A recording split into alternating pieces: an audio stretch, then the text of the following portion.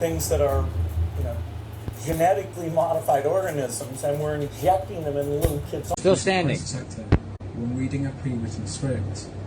It was like a movie, but you watched the planes hit the towers. I was watching with my roommate. It was approximately several minutes after the first plane had hit. I saw this plane come out of nowhere and just ream right into the side of the Twin Tower, exploding through the other side.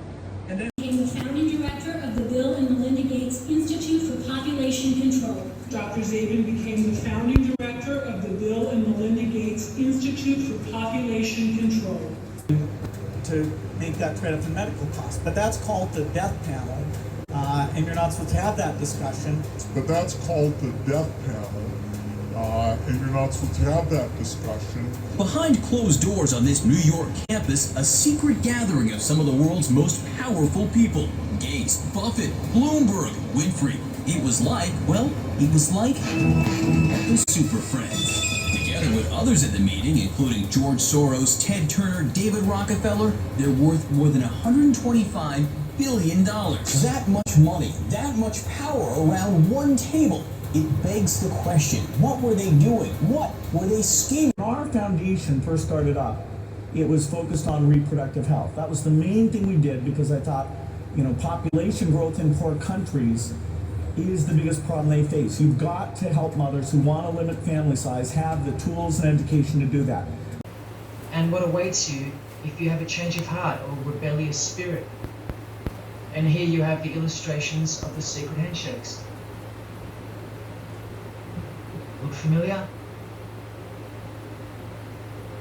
And this is the sign of the master of the second veil. See?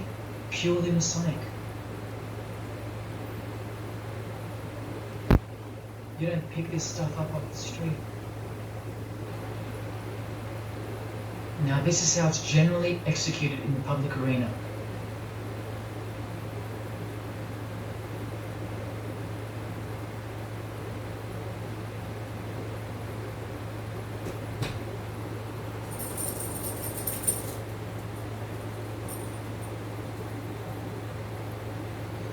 Secretary, is it policy of the U.S. government to reward companies that traffic in women and little girls?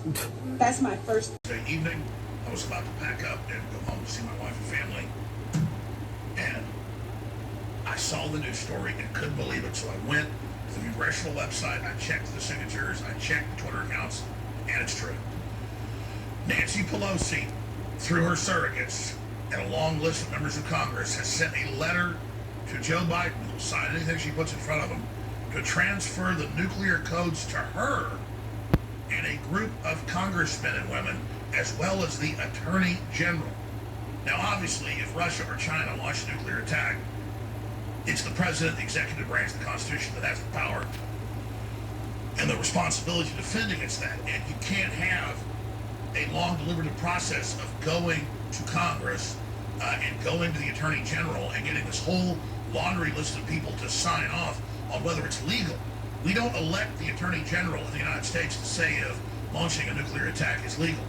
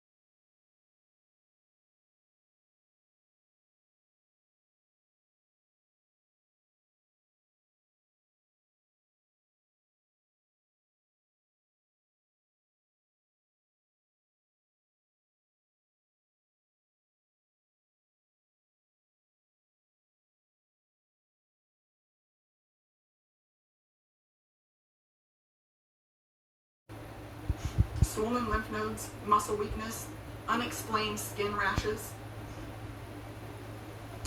I had convulsions and nighttime seizures.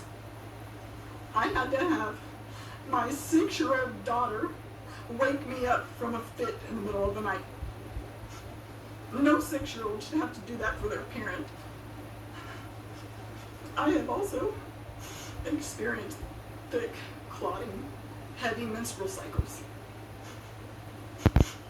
I was so afraid that I literally, and I have it with me, I prepared my will and my obituary for my family. Senator Johnson, for the opportunity to share Maddie's story, and to all of you for your willingness to listen.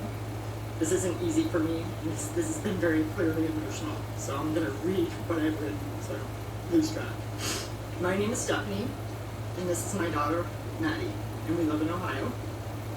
On January 20th, Maddie received her second dose of the Pfizer COVID vaccine as a participant in the clinical trial